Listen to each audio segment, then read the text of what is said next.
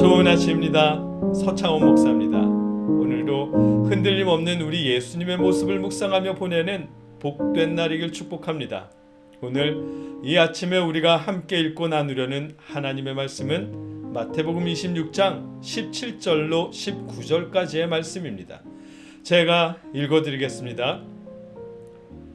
무교절의 첫날에 제자들이 예수께 나와서 이르되 유월절 음식 잡수실 것을 우리가 어디서 준비하기를 원하시나이까? 이르시되 성안 아무에게 가서 이르되 선생님 말씀이 내 때가 가까이 왔으니 내 제자들과 함께 유월절을 내 집에서 지키겠다 하시더라 하라 하시니 제자들이 예수께서 시키신 대로 하여 유월절을 준비하였더라. 아멘. 오늘 본문에서는 유월절을 준비하시는 예수님의 모습을 보게 됩니다. 십자가가 하루도 남지 않았지만 흔들림이 없는 예수님을 만나게 됩니다. 말씀을 자세히 살펴보겠습니다. 예수님의 시간은 계속해서 흐르고 있습니다. 예수님이 베다니 시몬의 집에서 식사를 하시고 가룟 유다는 대제사장들을 찾아가서 예수님을 넘길 계획을 세웠습니다. 그러는 사이 무교절이 되었습니다. 무교절의 첫날에 제자들이 예수께 나와서 이르되 유월절 음식 잡수실 것을 우리가 어디서 준비하기를 원하시나이까? 아멘. 제자들이 예수님께 유월절 음식을 어디서 드실 생각이냐며 물었습니다. 베다니 시몬의 집에 있다가 유월절을 지키기 위해 예루살렘을 향해 가시는 길입니다. 유월절은 예루살렘에서 기념되어야 했기 때문입니다. 출애굽기 12장에 의하면 유월절에는 양을 먹었습니다. 가족의 인원수가 부족해서 양 한 마리를 다 먹을 수 없을 것 같을 때는 이웃을 초대해서 함께 먹도록 되어 있습니다. 양고기는 반드시 구워 먹어야 합니다. 육회를 좋아한다고 날로 먹거나 혹은 국물이 마시고 싶다고 삶아 먹거나 해서는 결코 안 되고 반드시 구워서 먹어야 합니다.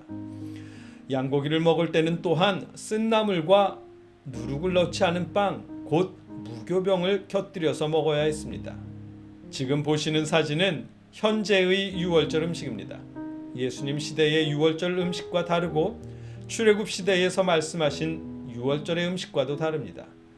유월절에는 무교병, 양고기, 쓴나물 이렇게 세 가지만 먹었습니다.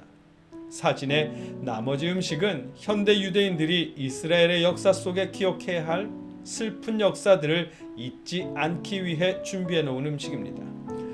예수님은 예수님 생애의 마지막 유월절을 제자들과 함께 보내시려고 합니다.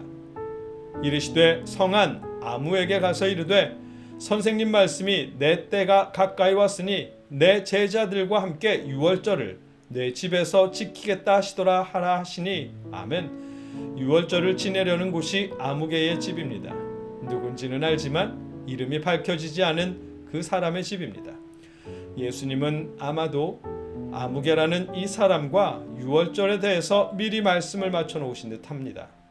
조금 더 읽어나가면 알게 되겠지만 예수님은 마지막 유월절을 통해 제자들에게 새로운 유월절의 의미를 가르쳐 주시려고 합니다.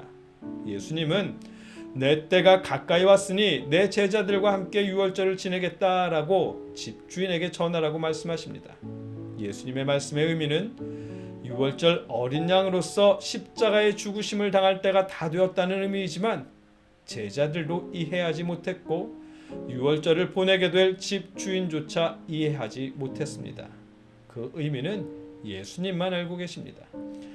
제자들은 내 때가 가까이 왔으니 라는 말씀을 이해하지 못했고 그 저녁이 예수님과 보내는 마지막 유월절 저녁인 줄도 모를 테지만 제자들이 예수께서 시키신 대로 하여 유월절을 준비하였더라. 아멘. 예수님께서 시키시는 대로 유월절을 준비했습니다. 이 저녁이 지나면 예수님은 십자가에 달리실 테지만 그 사실은 예수님만 알고 계십니다. 오늘 본문의 내용입니다. 말씀을 정리하면 예수님은 제자들과 함께 유월절을 보내시려고 합니다. 예루살렘 성 안에 누군가에게 미리 말씀해 두셨고 제자들은 예수님이 시키시는 말씀을 따라 유월절을 준비합니다. 이제 아침이 되기 전에 십자가에 달리시게 될 테지만 예수님은 조금도 흔들림 없으십니다. 그저 묵묵히 주님의 길을 가실 뿐입니다.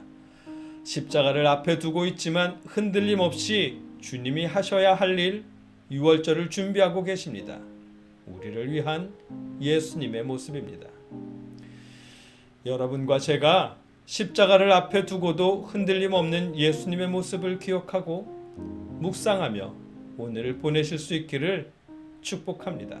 함께 기도하겠습니다.